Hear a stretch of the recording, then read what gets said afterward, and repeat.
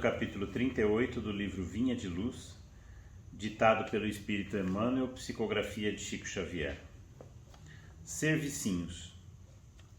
Antes, sede uns para com os outros benignos. Paulo, Epístola aos Efésios, capítulo 4, versículo 32.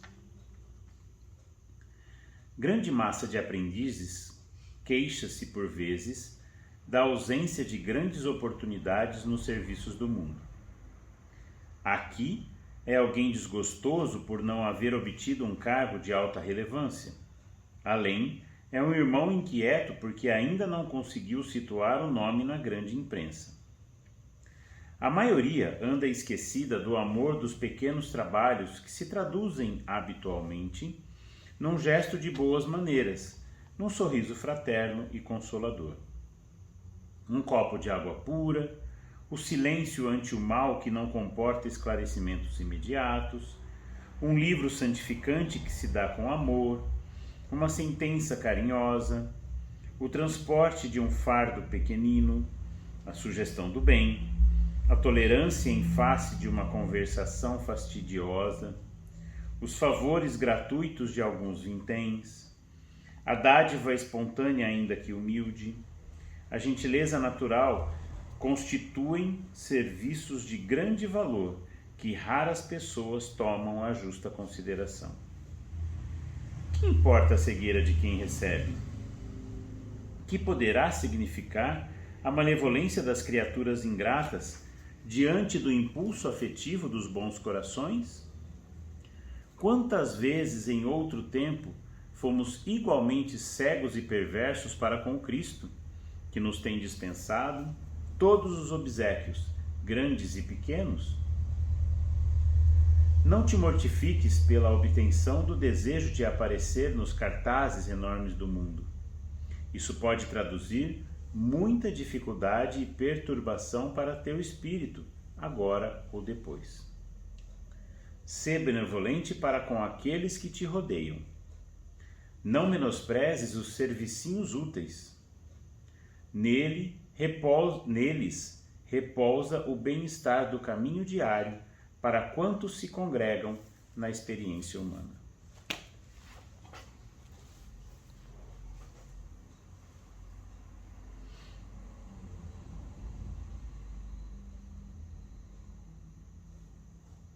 Divino amigo Jesus, nós te louvamos neste encontro de fraternidade, de comunhão com o mais alto, pela divina concessão que nos ofereceste há 22 anos, permitindo-nos a alegria, a honra de nos reunirmos em teu nome e em nome de Deus, para distribuirmos o pão celeste e a água que descedenta as almas neste núcleo de caridade. Felizes a completarmos mais um ano de atividades, mercê de tua misericórdia e de teu amor, nós confirmamos,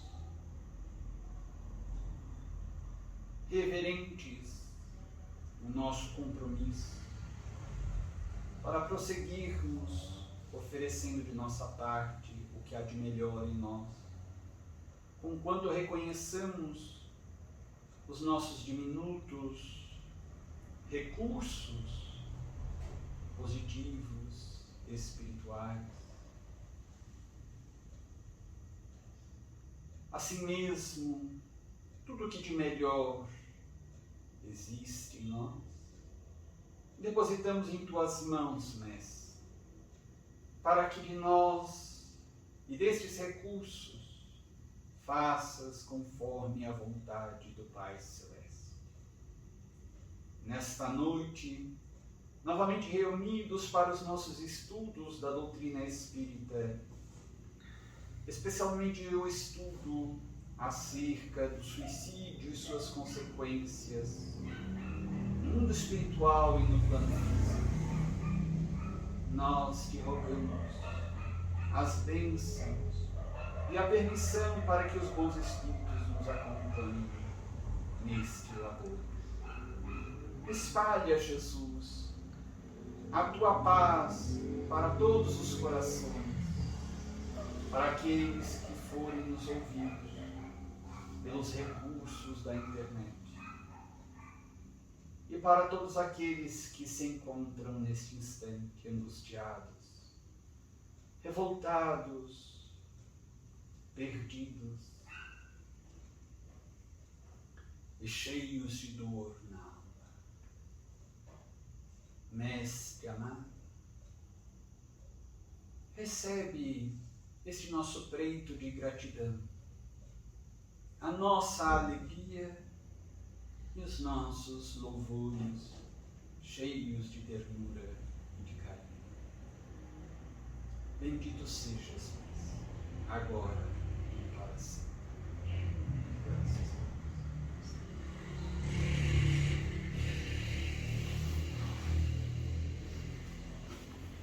Então nós vamos dar continuidade aos nossos estudos. Nós tínhamos apenas iniciado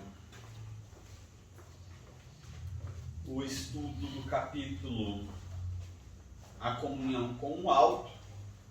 Tínhamos comentado a respeito dos 2 versículos do evangelista Mateus, que foram aqui colocados pelo autor espiritual no início deste capítulo, em epígrafe. O versículo que fala a respeito do agradecimento que Jesus faz a Deus por ter revelado estes segredos espirituais, ter feito a revelação da sua lei, sobretudo aos pequeninos, aos humildes, e ocultado estas revelações para os soberbos, os orgulhosos, os egoístas. E no capítulo seguinte, ou melhor, no versículo seguinte, trazido pelo autor espiritual, há o destaque aqui da afirmativa de Jesus, do compromisso que ele assumiu de estar presente em qualquer parte onde 2 ou mais pessoas estivessem reunidas em nome dele. Uma atividade de amor, de caridade, conforme os ditames do Evangelho. Então nós discutimos um pouco sobre isso. Daí hoje vamos começar mais diretamente do texto do autor espiritual. E logo no começo, nas 2 primeiras páginas deste capítulo, o autor comenta que, embora a eficiência e a excelência dos métodos terapêuticos aplicados pelos benfeitores espirituais nos internos do departamento hospitalar, do isolamento e mesmo do manicômio, ele diz que havia pacientes que não estavam respondendo bem a tais tratamentos. Aqueles tratamentos, por mais avançados e excelentes, não estavam gerando benefícios significativos em certos pacientes. E daí a nossa pergunta é: como encontravam-se estes pacientes, estes nos quais aqueles tratamentos não estavam surtindo grande efeito? Como eles se encontravam, segundo o autor? Qual a medida terapêutica que eles então previam adotar para aqueles casos e com que objetivo eles aplicariam aquela medida terapêutica? Vocês se lembram? Aqui no texto diz: permaneciam atordoados, semi-inconscientes, imersos em lamentável estado de inércia mental, Isso. capacitados para quaisquer aquisições facultativas de progresso, e era necessário então despertá-los. Eles não podia chocá-los com a revivência de vibrações animalizadas a que estavam habituados, tornando-os capazes de algo entenderem por meio da ação e das palavras humanas. Ou seja, eles ainda não tinham se reconhecido como espíritos, pessoas desencarnadas, ou seja, desenfaixadas do corpo físico. Eles não conseguiam ainda reconhecer que havia de fato ocorrido a morte física, ou a morte do corpo físico, que eles continuavam íntegros, mas como espíritos que sempre foram e continuavam a ser, e com um corpo, mas que não o físico, um corpo espiritual. Esta realidade que os demais já tinham conseguido facear, compreender de alguma forma, ou tinham já despertado para essa realidade, aqueles ainda não. Então, por mais que todos aqueles recursos, inclusive daquelas regressões de memória, tivessem sido aplicados também neles, não tinha surtido efeito naqueles indivíduos. Então, eles estavam atordoados, semi-inconscientes, imersos em lamentável estado de inércia mental, ou seja, a mente não estava atuando, não conseguiam raciocinar, logicar, a mente estava anestesiada, nem cogitavam da própria situação, apenas estavam como que num estado quase vegetativo, digamos, não do corpo físico, mas do corpo espiritual. E por aquele estado, por não conseguirem nem mesmo raciocinar, não tinha como eles realizarem progresso. Era necessário, portanto, algum recurso mais drástico. E dizia assim, urgia despertá-los, urgia chocá-los. Então era um recurso de choque, tratamento de choque que eles iriam aplicar, não de choque elétrico, mas de choque fluídico, que eles iriam aplicar naqueles pacientes. Por que iria chocá-los? Porque ao contato com o fluido vital do médium, pela comunicação mediúnica, eles seriam levados, portanto, a uma reunião mediúnica em um centro espírita na Terra, na crosta, e seriam acoplados a médiuns, cada um desses espíritos a um médium diferente, a médiuns para se comunicarem mediunicamente, pela psicofonia. E ao entrarem em contato, ao serem vinculados ao médium, na hora da comunicação, da psicofonia, da mediunidade falante, conforme a nomenclatura que está no livro dos médiuns, eles seriam encharcados, o seu corpo espiritual ou perispírito seria encharcado do fluido vital do médium. O fluido vital é que dá vitalidade e vida ao corpo físico e mantém a vinculação entre o perispírito, corpo espiritual, do espírito encarnado e o seu corpo físico. Então a alma é vinculada ao corpo físico via perispírito e via fluido vital. Este fluido, quando se esgota, ele então, isso provoca, este esgotamento do fluido vital provoca o rompimento das vinculações entre o perispírito e o corpo físico. Daí há, portanto, a desencarnação. O espírito, o binômio, espírito e perispírito, estão sempre associados, se deslocam, se dissociam completamente do organismo físico, e o organismo físico perece. A vitalidade dele desaparece por falta de fluido vital. Então, entram em colapso todas as células do corpo físico. Ocorre a morte física, portanto. Mas, quando o espírito já desencarnado se acopla a um médium para o fenômeno mediúnico, e aqui no caso seria o fenômeno da mediunidade falante, da psicofonia, o perispírito, o corpo espiritual da entidade comunicante, fica encharcado pelo espírito dele de fluido vital, Portanto, ele sente-se novamente como se estivesse vivo no corpo físico. É como se ele tivesse novamente um corpo físico. Não é o dele, mas é um corpo físico ao qual ele está temporariamente, momentaneamente vinculado, o corpo do médium. Então ele sente-se como se novamente tivesse a vida física. E é algo impactante, porque daí todas as impressões que ele tinha na vida física retornam com a sua intensidade total.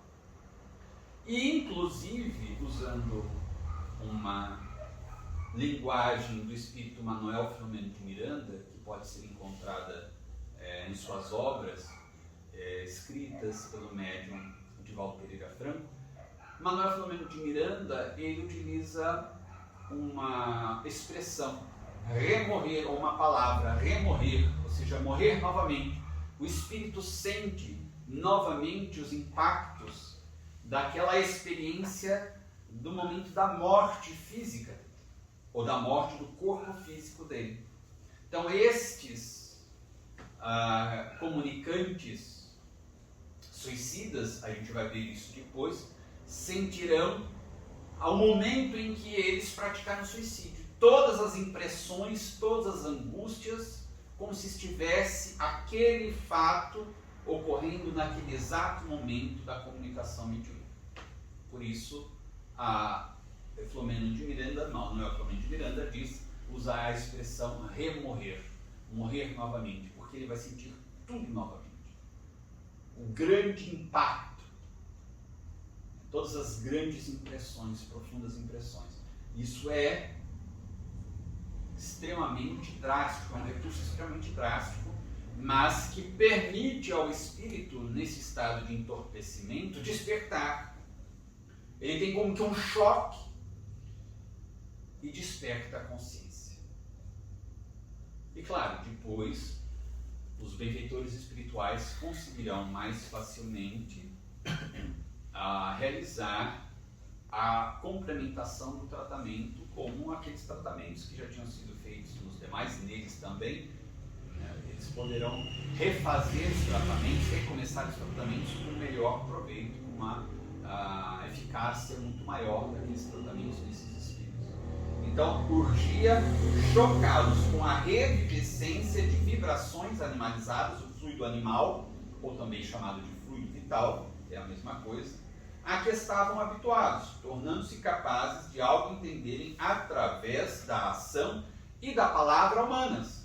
Isso também está em O Livro dos Médiuns. Nós já mencionamos também neste curso, às sextas-feiras, porque no capítulo das obsessões de O Livro dos Médiuns, Allan Kardec pergunta qual seria a utilidade de se trazer, de serem trazidos espíritos obsessores, portanto muito imperfeitos, perturbados, às reuniões mediúnicas na Terra, de centros espíritas, para comunicações pelos médiuns. Kardec indaga dos benfeitores espirituais se não seria preferível que os próprios benfeitores dialogassem com esses espíritos, orientassem esses espíritos, esclarecessem, já que ele, o codificador, Allan Kardec, considerava e pedia que os benfeitores dissessem se aquela consideração estava correta ou não. Kardec considerava que eles tinham muito mais recursos e melhores recursos do que os encarnados, que tinham um conhecimento limitado da vida espiritual, do espírito, enfim. E os benfeitores responderam: sim, nós temos, os espíritos superiores têm recursos muito mais avançados, melhores capacidades, uma noção muito mais profunda e ampla a respeito da vida espiritual, um conhecimento da vida daqueles espíritos que permite também a eles terem melhores condições de dialogar com eles, já que eles conhecem o histórico do espírito, de outras encarnações e mais. Então, eles dizem, de fato, nós temos todos esses recursos que poderiam nos favorecer, mas nós precisamos considerar dois elementos importantes. Primeiro, toda vez que nós, os espíritos superiores, vamos falar a outros espíritos, nós sempre falamos em nome de Deus. Qualquer coisa que digamos será sempre em nome de Deus. Fazemos esta evocação de Deus porque estamos a serviço diretamente de Deus. E temos uma vinculação mais profunda com Deus por esta razão de serem espíritos evoluídos. E isto apavora os espíritos inferiores. Não apenas espíritos obsessores. Nós verificamos que Jerônimo, quando solicitou com toda a empáfia, arrogância, uma audiência, digamos assim, uma reunião para ser ouvido com o diretor do departamento hospitalar, quando ele está sentado na poltrona, na sala onde ele conversaria com o diretor espiritual do departamento hospitalar, aparece Teócrito, que era o diretor, com todo carinho, com toda brandura, com toda simpatia, mas a própria irradiação, a configuração tão nobre, espiritualmente falando, tão elevada de Teócrito, faz com que Jerônimo, que não estava acostumado a conviver com espíritos tão nobres, uma presença de uma irradiação tão poderosa, ele tivesse uma reação de pavor, tentado, como fez, sair correndo. Só não saiu da sala porque foi impedido por um outro trabalhador. Então notemos, essa já é uma dificuldade que os benfeitores encontram. A segunda, que eles dizem a Kardec neste capítulo das obsessões. A linguagem humana que nós temos na Terra, com as nossas imagens, os nossos conceitos ainda mais limitados, a linguagem humana é muito mais próxima daquilo que estes espíritos estão acostumados. Uma linguagem muito elevada, com ideias ou conceitos muito sutis, muito abstratos, muito elevados, eles não entendem. Então, a fala, a forma como nós falamos, a forma como nós dialogamos, as palavras que nós usamos, a linguagem articulada, lembramos que os espíritos utilizam a linguagem do pensamento. Eles podem até usar a linguagem articulada, mas é uma linguagem muito superior. Eles teriam que baixar muito. Eles já têm, para se fazerem visíveis a estes espíritos, se condensar o perispírito muito. Inclusive lá na colônia Maria de Nazaré. É dito aqui na obra que aqueles benfeitores espirituais só eram vistos por aqueles internos porque eles mantinham todo aquele tempo o perispírito deles impregnado de vibrações mais densas para se tornarem visíveis àqueles internos. Eles tinham que diminuir o padrão vibratório do próprio corpo espiritual a ponto de conseguirem serem vistos por aqueles e ouvidos por aqueles espíritos internos. Isso já era um enorme sacrifício, porque não era o modo natural deles de vida. O modo natural deles de vida era num padrão vibratório superior, muito superior. Só que neste padrão vibratório muito superior, eles não seriam ouvidos nem vistos pelos internos. Então imaginemos o nível de sacrifício que aqueles benfeitores realizavam e realizam para atender a estes espíritos. Então a linguagem humana articulada com os nossos trejeitos, nosso modo de organizar as ideias, os nossos conceitos mais materiais, mesmo falando de coisas espirituais, nós usamos muitos exemplos do cotidiano, muito materiais. Isso diz muito mais a estes indivíduos. Mas lembremos Jesus quando esteve na Terra. Para falar ao povo, ele usava muitas imagens, as parábolas que ele contava, as historietas, as imagens do cotidiano. Ele vai falar de pastores, ou seja, daqueles que tinham rebanhos. Ele vai falar dos agricultores. Ele vai falar de coisas muito simples, do cotidiano daquele povo, para poder ser entendido. Ali, digamos, as máximas, as lições espirituais, as lições morais estavam embutidas nessas histórias do cotidiano, de exemplos do cotidiano daquele povo. Então, ele teve de materializar bastante o conhecimento da lei divina, porque se ele trouxesse no esplendor do conhecimento da lei, ninguém faria ideia do que ele estava falando. Tanto é que, para ele falar sobre muitas coisas, ele usou exemplos que só foram depois entendidos na sua profundidade muitos séculos depois. Muitas dessas lições de Jesus só foram compreendidas realmente de maneira mais precisa com a chegada do Consolador que Jesus prometeu, da doutrina espírita. Ele disse: eu não posso dizer muita coisa, o Espírito de verdade, que ainda o mundo não pode compreender, mas virá e dirá tudo que eu já tenho dito, mas muito mais.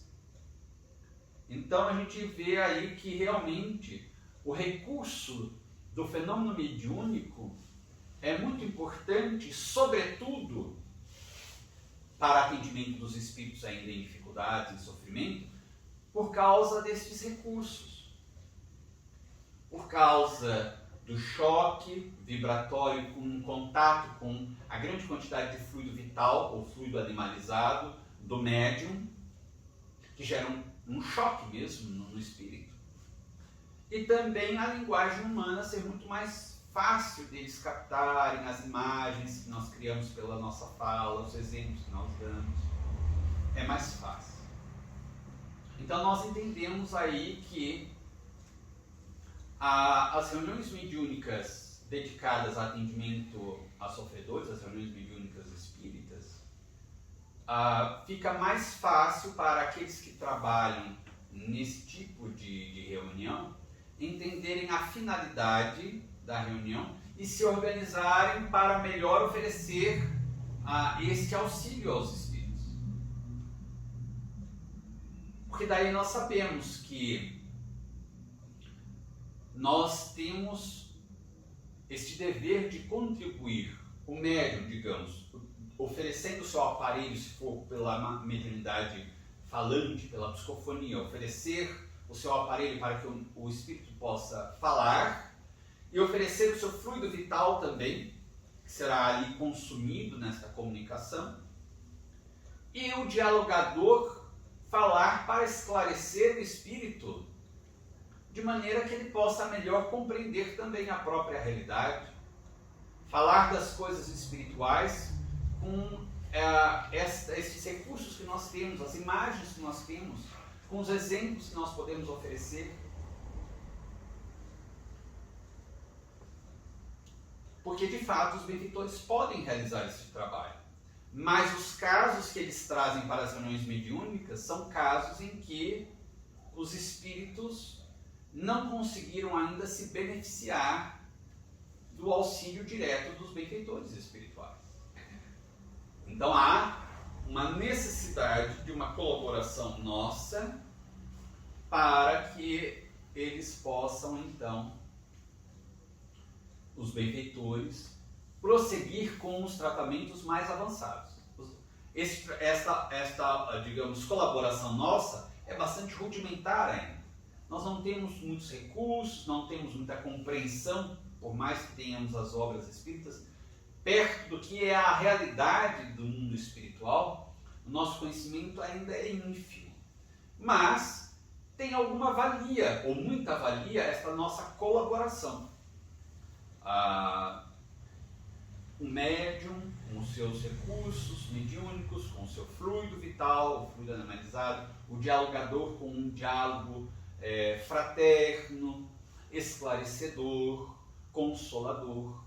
Então a gente vê aí realmente que as reuniões mediúnicas em casas espíritas, quando sérias, bem disciplinadas, com trabalhadores bem equipados de recursos, de conhecimento, então de valores morais, nós podemos colaborar bastante com o mundo espiritual, os benfeitores espirituais, com o próprio Cristo.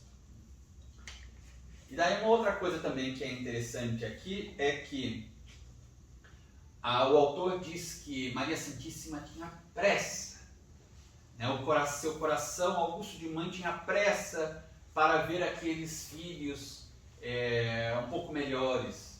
Ela entendia que eles estavam sofrendo muito, que havia necessidade de recursos extras mais impactantes para que eles pudessem ter uma recuperação mais rápida.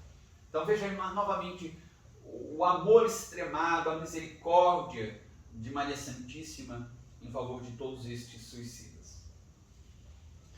E por fim, aqui tem um último trecho, né, respondendo essa pergunta, que fala que os instrutores, né, hindus, Romeu e Alceste, comentaram sobre aquela dificuldade daquele grupo de espíritos, né, comentaram sobre essa dificuldade com o diretor do departamento hospitalar, né, o Teócrito, falando que havia necessidade de se constituir uma equipe para descer a crosta e verificar onde poderiam adquirir colaboração espontânea de espíritos encarnados.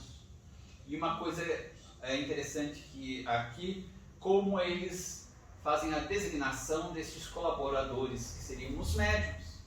Ele diz assim: em busca de aprendizes de ciências psíquicas, a fim de resolverem complexos mentais de alguns internos, insolúveis na espiritualidade. Então não tinha como eles oferecerem outros recursos na espiritualidade para aqueles casos. Tinham de ser usados os recursos das reuniões mediúnicas. Aprendizes de ciências psíquicas.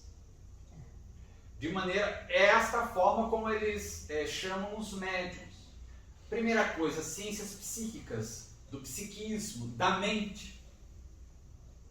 Daí a necessidade de um médium para que ele possa servir bem nesta causa da mediunidade com Jesus, ele treinar a mente, fazer um treino de controle mental, de autoanálise, de autoconhecimento, estar sempre vigilante com relação aos seus pensamentos, às suas irradiações psíquicas e também atento, vigilante com relação às ondas mentais psíquicas que absorve.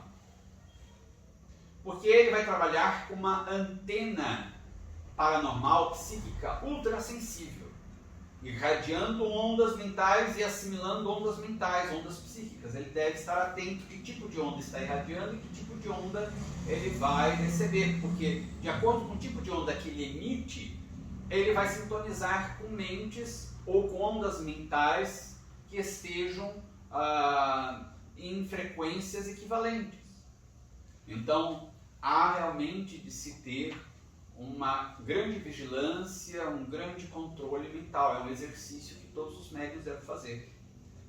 Nós verificamos hoje que muitos que têm mediunidade, há muitos que acreditam ou que gostariam de ter mediunidade, não têm a mediunidade ostensiva, dentro daquele conceito de Allan Kardec de mediunidade ostensiva. Mas há muitos que realmente têm. No entanto, deste grupo de pessoas, de encarnados que têm a mediunidade ostensiva, quantos devidamente estão treinando a mente, o seu psiquismo?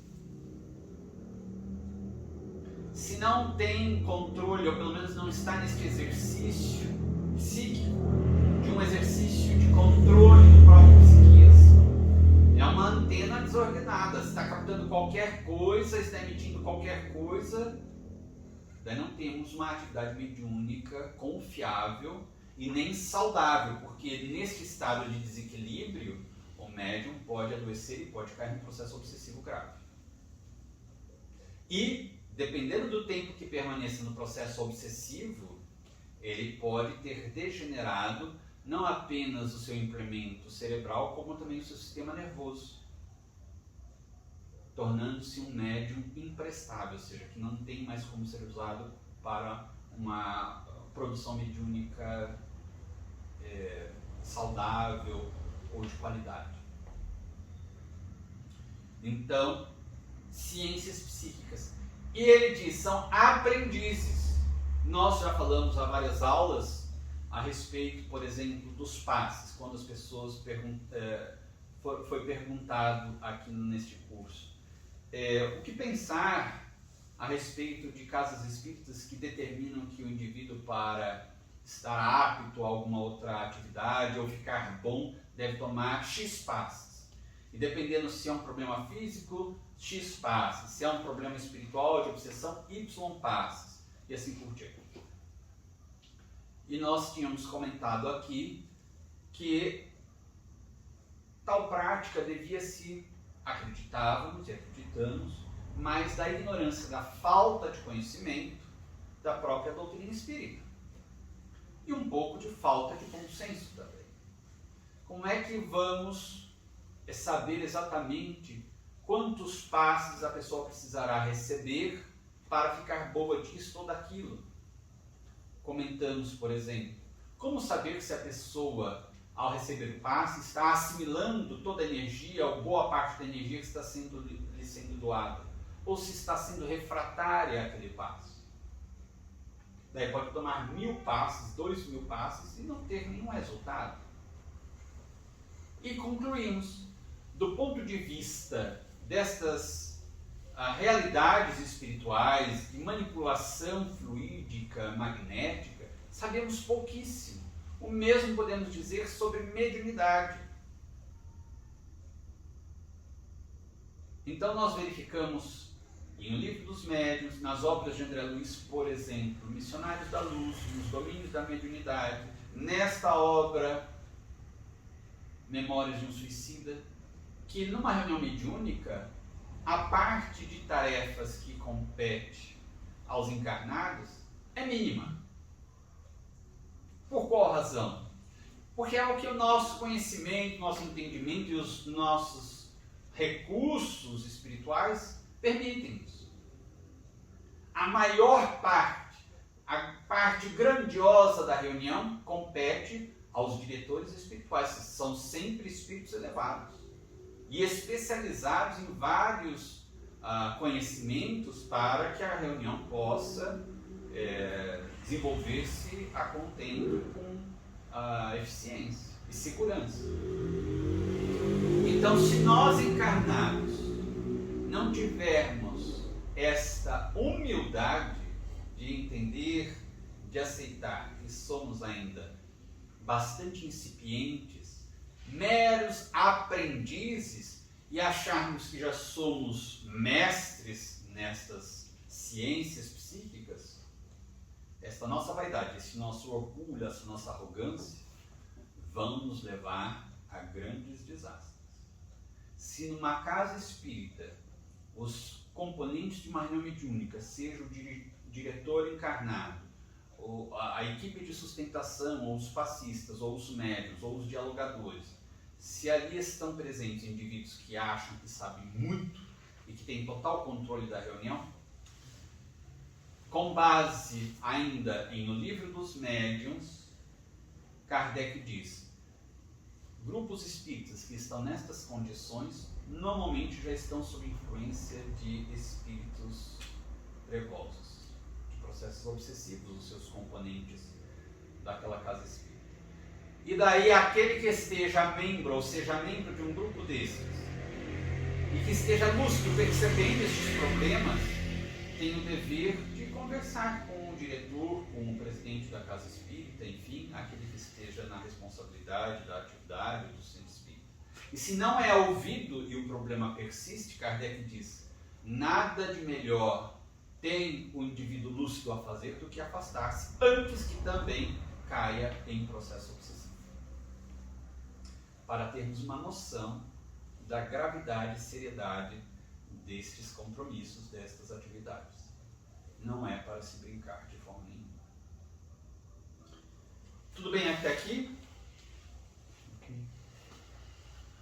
E depois, então, o autor prossegue. Com relação à decisão tomada sobre os pacientes que não apresentavam melhoras, quais as primeiras providências tomadas pelo irmão Teócrito e outros? E qual foi a colaboração da seção de relações externas?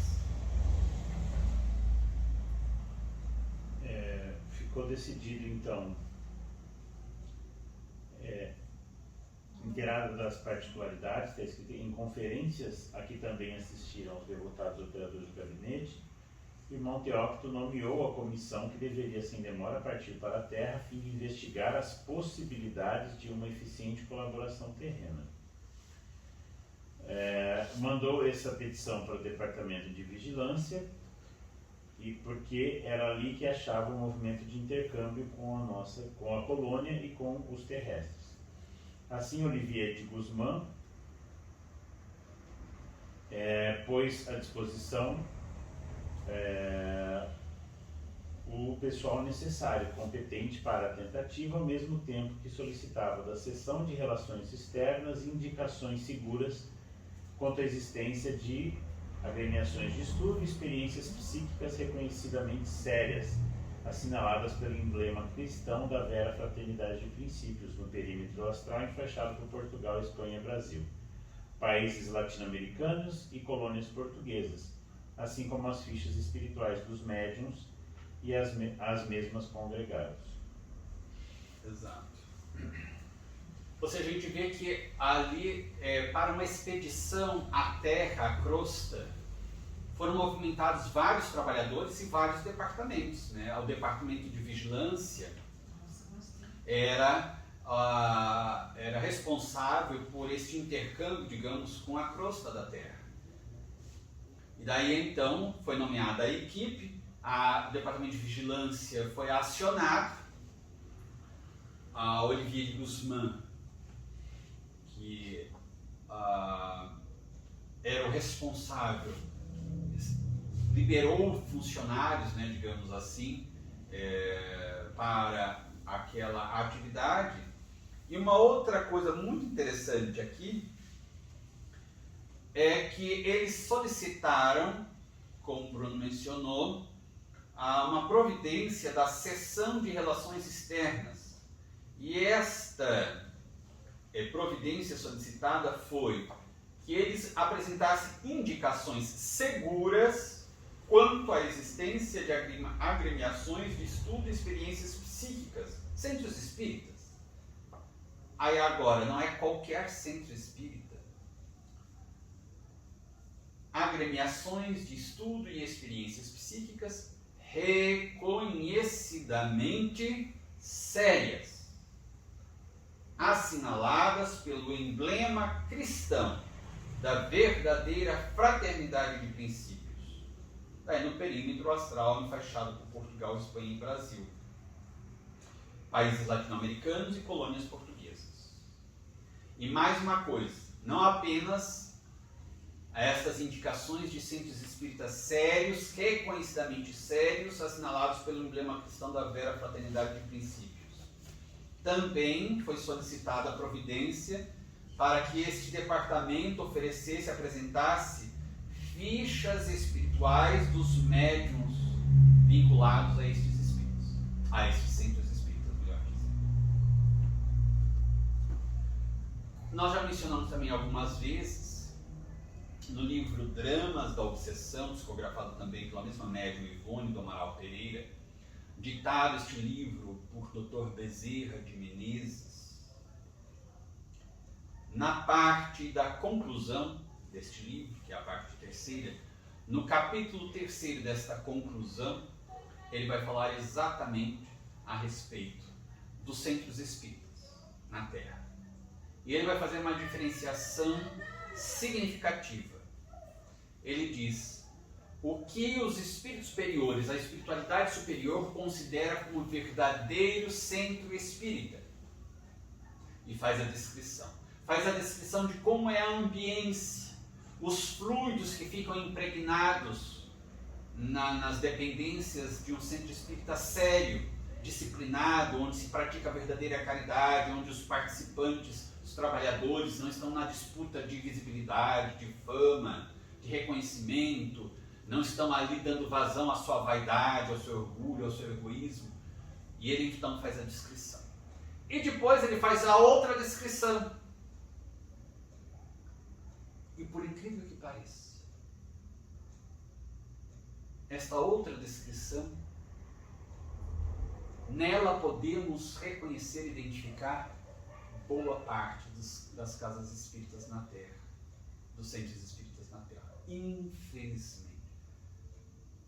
É bem provável que o Dr. Bezerra de Menezes tenha escrito esta página, porque já a espiritualidade superior identificava que boa parte dos centros espíritas na Terra, aquela época em que foi escrito, né, depois publicado o livro, já havia uma situação bastante difícil, complexa e lamentável das casas espíritas. O que mais nos surpreende é que o panorama tenha se mantido igual ou piorado, talvez. Muito mais, provavelmente, piorado. Porque é natural que na nossa fragilidade, nossa inferioridade, nós cometamos erros. Agora, alertados por espíritos tão nobres e por uma mediunidade tão séria como a de Dona Ivone, continuemos nos mantendo no erro, no equívoco. Deliberadamente, como uma vez já alertados, mostrado qual é o nosso erro. Se assim permanecemos, ou se nele permanecemos neste erro, é por vontade própria, é por uso do nosso livre-arbítrio. Daí o problema é mais grave ainda. Então está lá a descrição destes centros espíritas que, segundo Dr. Bezerra de Menezes, a espiritualidade superior não considera como verdadeiros centros espíritas, considera como meros clubes sociais. E não tem nenhum interesse nestas casas, nestes centros espíritas, porque não tem condições mínimas de realizar um trabalho sério. Uma coisa é a espiritualidade superior verificar que os participantes encarnados têm dificuldades, cometem deslizes, porque eles sabem, estamos no mundo de provas e expiações, portanto, nós que habitamos a Terra somos espíritos imperfeitos, cometemos ainda muitos erros, muitos deslizes morais. Eles sabem disso. Não esperam nada diferente disso. Mas, uma vez orientados os indivíduos, esclarecidos, advertidos, se preferem permanecer no erro, respeitam. Eles respeitam os benfeitores, nos respeitam, mas vão, por falta de condições mínimas de trabalho, procurar outro núcleo, outras pessoas. O dia que aqueles indivíduos, aquele núcleo decidisse mudar de comportamento e se ajustar a padrões mínimos de condições para o trabalho espiritual sério, os benfeitores se tomam. É interessante essa observação de que eles têm uma ficha de cada médium, né? Que não é uma coisa aleatória onde se observa como um todo. Não, é particularizado, é individualizado. É um prontuário, né? É um prontuário. É tipo um E currículo. dentro desse currículo. prontuário, ou seja, existe uma evolução clínica, vamos dizer assim, né? Como que está sendo o desenvolvimento, como que está se operando esse médium, ele está buscando fazer por onde para progredir, para evoluir, para participar mais, né? E às vezes, ou na maioria das vezes, a pessoa acha assim, não, hoje é dia de reunião mediúnica, então hoje eu não posso fazer isso, hoje eu não posso falar mal de ninguém, hoje eu não posso... Como se fosse só aquele momento. E não, essa ficha clínica diz respeito à vida como um todo, né? A vida moral do médium como um todo. Dentro e fora da casa espírita. Exatamente, dentro e fora. Aí eu estou no clube, então aqui eu posso. É. Porque é engraçado, é muito importante isso, porque nós ouvimos de muitos confrades espíritas o seguinte: não, dentro do centro espírita tem que manter um padrão de comportamento, etc. Mas aqui eu sou cidadão, eu sou uma pessoa comum, tenho de viver também. É como se então dissessem, olha, os benfeitores vão ter duas fichas minhas. Uma ficha minha dentro da casa espírita e outra ficha fora. Não há, porque o indivíduo que tem uma vida comum, quando se diz comum, a pessoa, em outras palavras, quer dizer assim, eu tenho licenças morais, as imperfeições que eu deveria combater, eu vou dar vazão a elas, porque lá eu sou uma pessoa comum. A pessoa comum é aquela que não está interessada ainda em combater as más inclinações. O conceito que Allan Kardec dá de um verdadeiro espírita está no Evangelho segundo o Espiritismo, os bons espíritas. Ele diz, reconhece-se o verdadeiro espírita pela sua transformação moral. Ora, se o indivíduo tem um comportamento aqui dentro da casa espírita, depois fora da casa espírita ele é um cidadão comum do mundo, ele não fez transformação moral, ele está fingindo apenas, usando uma máscara dentro da casa espírita, e a realidade dele é lá fora. Lá fora ele tira a máscara, aqui dentro ele veste uma roupa especial, uma fantasia de espírita, mas não é espírita. Lá fora ele tira a fantasia de espírita, é um cidadão do mundo, como eles dizem. Então tem que ter a transformação moral, e é reconhecido também o verdadeiro espírita, além da transformação moral, pelos esforços que empreende diariamente, dentro e fora da casa espírita, para conter os seus impulsos inferiores, combater as suas más inclinações, as suas paixões inferiores. Não é para sair da casa espírita e viver com essas paixões naturalmente, como se fosse uma coisa tranquila. Os benfeitores sabem que nós somos espíritos imperfeitos, que não vamos chegar a um estágio tão evoluído assim nesta reencarnação, mas eles verificam o quê? Se, apesar dessas nossas imperfeições, estamos nos transformando moralmente de pouquinho em pouquinho, e se diariamente damos bom combate às nossas imperfeições morais. É isso que eles veem. Se o indivíduo, aqui na casa espírita, ele é espírita, lá fora ele é uma pessoa comum, esses daí, na ficha deles está lá. Não adianta ir atrás. Tem um texto de Humberto de Campos que um indivíduo desencarnou e não conseguiu ir para uma região espiritual elevada. E ele começou a questionar. Exigiu a presença de algum espírito evoluído, algum ser angélico, e ali apareceu um ser espiritual muito elevado. Ele, mas eu fiz a caridade, fiz isso, fiz aquilo, segui os preceitos. E o benfeitor espiritual falou assim, mas não é o que está na sua ficha. Na sua ficha, e relata. E o indivíduo fica sem saber o que dizer. Chora. Porque estava tudo registrado. Realmente como tinha sido a reencarnação dele. Tudo aquele que dizia, eu fui bem, não fui, fiz muita caridade, eu segui o evangelho, eu era bom cristão, bom cidadão. Na ficha espiritual do indivíduo não constava nada daquilo. Constava muitas licenças morais, nenhum esforço de autotransformação, nenhum esforço para perdão das ofensas, nenhuma indulgência para com os irmãos. Então há uma ficha.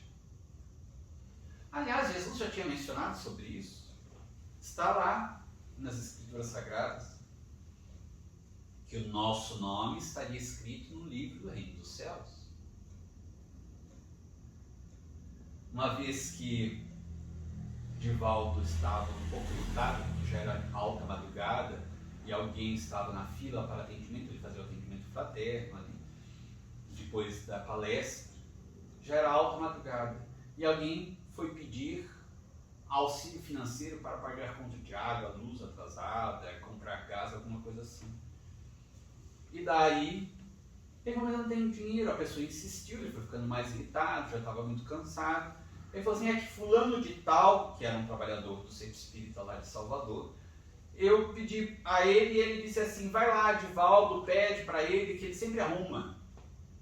E Divaldo daí ficou mais irritado, disse, fulano de tal eu conheço, frequenta aqui, quer dizer, a pessoa podia já ter resolvido o problema, mandou pra gente, eu já estou de alta madrugada aqui, estou sem dinheiro, daí ficou irritado com outro indivíduo. Joana de Ângeles, que estava presente, percebeu essa alteração de humor dele, e apareceu, falou, meu filho, você está irritado, por quê? Ela sabia a razão, mas perguntou-lhe. E ele foi explicar, tentar se justificar, apresentar a sua argumentação. E ela disse assim, você já leu e conhece o versículo X, onde está escrito que o vosso nome estará escrito no livro do Reino dos Céus? Ele ainda um pouco está dizendo, claro que eu já li várias vezes essa passagem. Então, meu filho, você está irritado porque o seu nome está escrito no livro do Reino dos Céus? Porque esse irmão que está com uma necessidade que é legítima, realmente ele está com um problema, mas não está mentindo. Ele começou a orar, estava andando, só que os benfeitores tentaram inspirá-lo e não conseguiram. Então verificaram alguém que tinha ainda alguma capacidade, porque o tormento desse irmão era muito grande, alguma capacidade de captação. E viram que tinha este irmão, frequenta a nossa casa, que não é muito assíduo, que não é muito dedicado aos trabalhos, que não é muito dedicado à caridade, mas que conseguia captar algo da inspiração espiritual. E então fizeram com que este irmão necessitado chegasse até ele, fosse pedir, e ele tivesse a inspiração de encaminhar para alguém que fosse mais dedicado na caridade. Só que quem os benfeitores iriam indicar? Então eles pediram auxílio aos departamentos espirituais que informassem quem poderia auxiliar este irmão em sofrimento.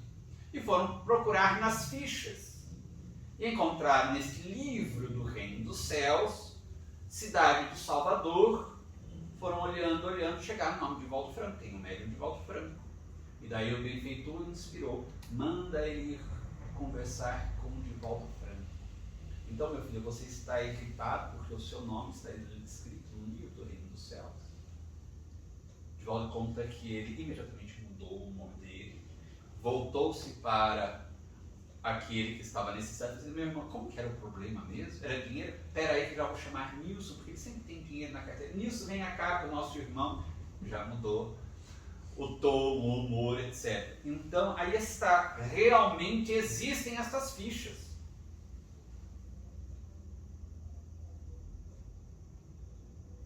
E o médium Divaldo Franco diz mais, quando os médiuns, os espíritos se comprometem a determinada tarefa específica, algum compromisso específico com o Cristo, na divulgação, por exemplo, da doutrina espírita, na tarefa mediúnica, há documentos que são realmente assinados pelo Espírito antes de se reencarnar. Ele disse que ele já viu o próprio documento que ele tinha assinado antes de se reencarnar.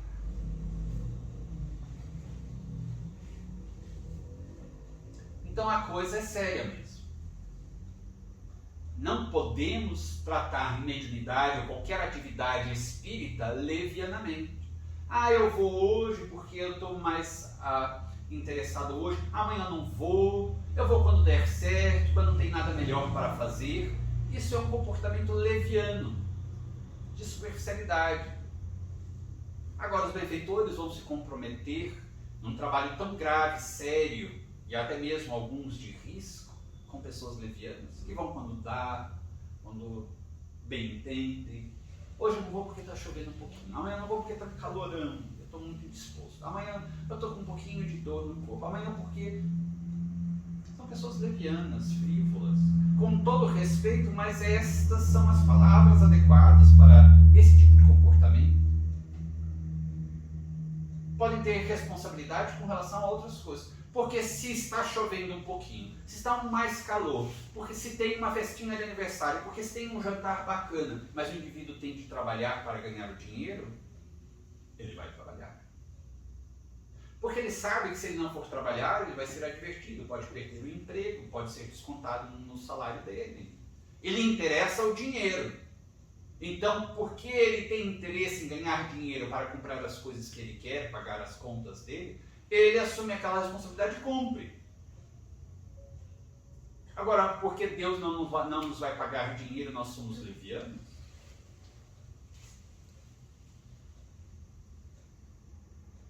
Isso demonstra o nosso grau de inferioridade moral. Então, aqui realmente havia fichas dos centros espíritas e dos médiuns. A próxima pergunta, na sequência desse estudo. Por que o Brasil teve preferência para a realização das medidas de auxílio àqueles pacientes em condições mais delicadas? Porque foi o local onde eles acharam uma variedade de organizações científicas, onde o senso religioso e a fonte da moral cristã consolidavam o ideal de amor e fraternidade, tão admirado pelos da legião em apreço, a par da magnífica falange de médiuns bem dotados para o espinhoso mandato e que o fichário da vigilância registrava na terra de Santa Cruz. Ainda assim, eles enviaram, não sei se eu já estou invadindo a próxima pergunta. Vai ser Ah, tá. Então a gente nota duas coisas interessantes. As instituições, organizações científicas que tinham um senso religioso e a fúlgida moral cristã, consolidando o ideal de amor e fraternidade. Ideal de amor e fraternidade tão admirado pelos da Legião em Apreço, da Legião de Maria. Então, as instituições, é interessante isso porque nós, embora tenhamos, cientistas de diversas áreas da ciência no Brasil, que se digam materialistas, que condenem qualquer manifestação religiosa ou de fé como algo que não tem nenhum valor, mas são vozes isoladas, conquanto façam bastante barulho. Aliás, no Livro dos Espíritos está lá, Kardec pergunta por que tão a miúde o mal sobrepuja o bem na terra? E os benfeitores responderam, porque os maus são ousados, os maus são intrigantes, e os bons normalmente são mais tímidos. Então os maus, aqueles distantes da lei de Deus, fazem muito barulho, perturbam muito. Às vezes há 10 pessoas boas e 2 que são más, mas essas 2 vão fazer muito mais barulho e chamar muito mais atenção do que as outras boas. Então, embora haja estas vozes que fazem muito barulho e geram muita confusão, muita perturbação, normalmente a gente vê isso nos próprios médicos. Quantos médicos em situação mais grave perguntam se a pessoa tem uma fé, pedem para que os familiares orem, busquem a fé, se amparar na fé, naquele momento em que, às vezes, do ponto de vista técnico, a medicina já não tem mais recursos para auxiliar o enfermo. Isso é tão comum no Brasil, mas não é comum nos Estados Unidos da América. Embora nesta nação as coisas estejam também modificando. Na Europa, no Velho Continente, não é comum. Tanto assim que da França o espiritismo foi migrado para o Brasil. Não havia campo para o desenvolvimento desta fé, ainda que raciocinada, naquele país tão materializado, tão materialista ainda. Tanto é que a maioria dos hospitais deixam entrar fora da visita a pessoa, um padre, até mesmo um espírita para aplicar o passe. É algo que eu não tinha conhecimento, mas você havia comentado comigo, eles dão essa permissão, se a pessoa se apresentar como religiosa, seja de qualquer credo religioso, tem autorização para entrar, desde que haja permissão também da família ou do paciente, se estiverem em condições de lucidez, para orar, para aplicar uma bênção, enfim. Então a gente vê realmente que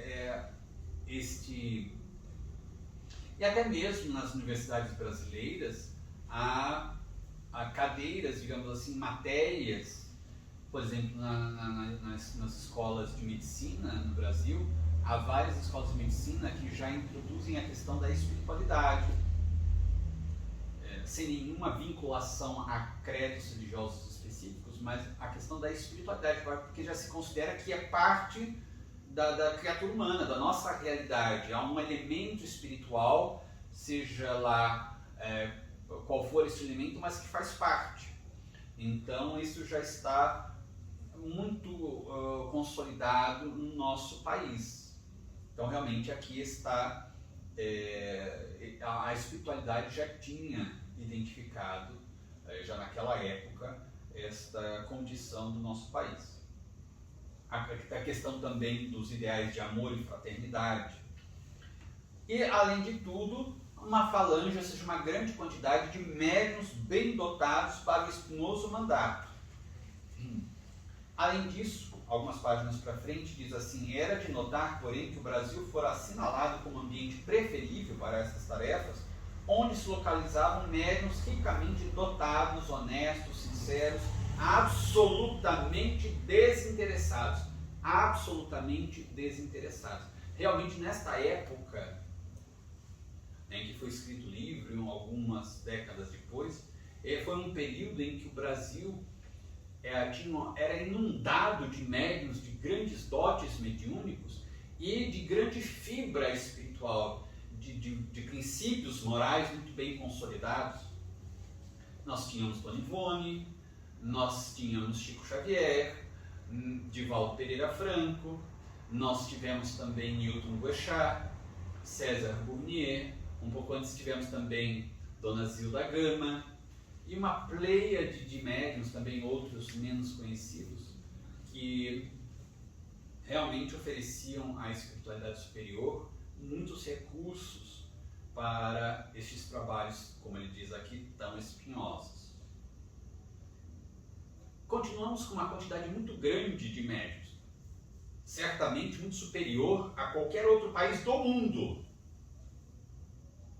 Não há nenhum outro país no mundo que tenha uma quantidade tão grande de médiuns. Até porque nós lembramos que o Brasil é o maior país espírita do mundo, ou seja, onde a mensagem dessa espiritualidade, dessa ciência psíquica mais prosperou. Então oferece ambiente também mais adequado para o exercício, a educação e a atividade psíquica, mediúnica. Mas a questão é saber se os médiuns, a grande quantidade de médiuns da atualidade, tem estes dotes mediúnicos. Não falamos nem mesmo da questão em si das faculdades, né? Médiuns inconscientes, semiconscientes, ou de efeitos físicos, de materializações luminosas, como Francisco Peixoto Lins, o Peixotinho. Falamos sim da qualidade moral que estes médiuns mencionados tinham, e muito, mas na atualidade nós não vimos tão frequentemente nos médiuns. Porque naquela época os médiuns eram perseguidos. O Brasil oficialmente era um país católico, constava isso na nossa Constituição. Só mais tarde, bem mais tarde, é que a nossa Constituição, a nova Constituição, tornou o Brasil, pelo menos teoricamente, no texto legal, um país laico, sem religião específica, mas com liberdade religiosa para qualquer manifestação de credo religioso. Mas o Estado em si passou a ser laico. Naquela época em que o país era católico, oficialmente católico, protestantes, batistas, presbiterianos ou de outras religiões não poderiam ser enterrados em cemitérios públicos, porque oficialmente eram católicos também. Se o indivíduo manifestava que tinha manifestado que era de outro credo religioso, ou a família era de outro credo religioso, não podia ser enterrado. Daí ter surgido, por exemplo, o cemitério denominado dos americanos, porque eles eram quase todos batistas, presbiterianos, protestantes, de várias designações protestantes, né, de igrejas reformadas. Então os médiuns eram perseguidos. Na atualidade os médiuns são aplaudidos, ovacionados, bajulados, que é muito prejudicial aos médiuns. Dizem todos os benfeitores espirituais e dizem os textos do Livro dos Médiuns. Então as pessoas hoje gostam de ter o título de médium porque é bacana, porque recebe muitos elogios, porque desperta o interesse nas pessoas. Fica como que uma aura em torno do médium de alguém diferente, especial, melhor, que detém segredos, que vê coisas que as outras pessoas não veem. E daí isso dá margem também a muita gente que não é médium, mas tem vai querer ser médium e fingir-se de médium.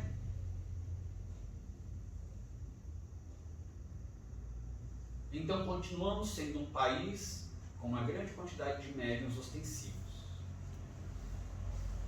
Mas, conforme disse Chico Xavier, e nós já mencionamos isso também em outras vezes, os espíritas têm perdido o gosto pelo sacrifício.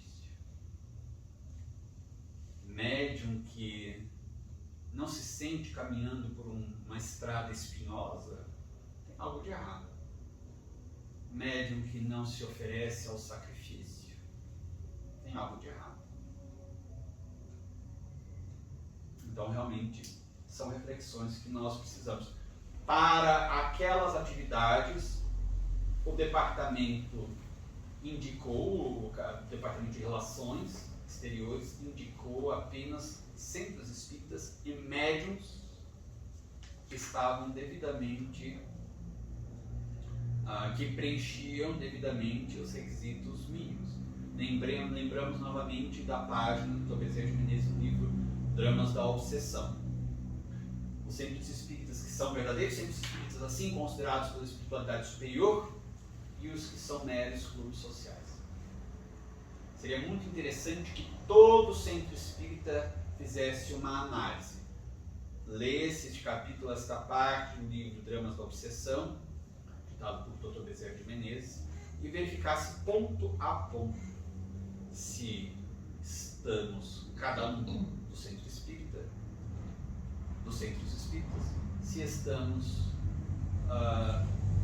nas condições previstas como sendo de verdadeiros centros espíritas, ou se, por conclusão, estamos classificados ou registrados no mundo espiritual, né, pela espiritualidade superior, como meros clubes sociais. E os médiuns, os trabalhadores espíritas, expandindo para os demais trabalhadores, em que condições estaremos? Como será que está a nossa ficha espiritual? Muitos querem realizar atividades espíritas, colaborar. Será que os benfeitores podem contar conosco? Divaldo Franco também, em palestras, chegou a dizer o seguinte, que é muito comum os benfeitores espirituais, mesmo depois de termos assumido um compromisso no mundo espiritual com eles, nos observarem por cerca de 10 anos antes de iniciar a tarefa com a qual nos comprometemos, antes de eles iniciarem conosco essa tarefa, para verificar se a gente não vai se desviar, se interessar por outras coisas. Eles verificam se a gente tem persistência. Começamos a colaborar numa casa espírita. Iremos abandonar por qualquer probleminha? Me indispus com fulano, com Beltrano. Surgiu uma situação desagradável.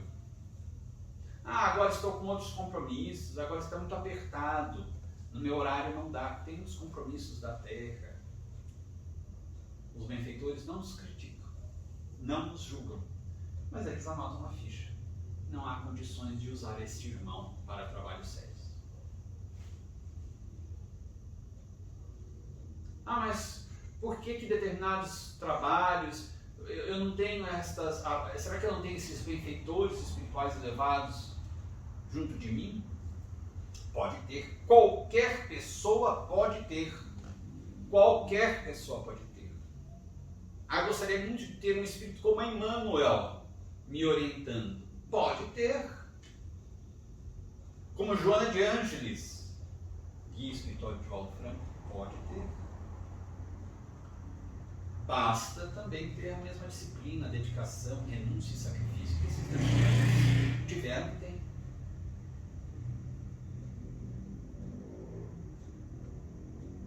É aberto o trabalho para qualquer pessoa.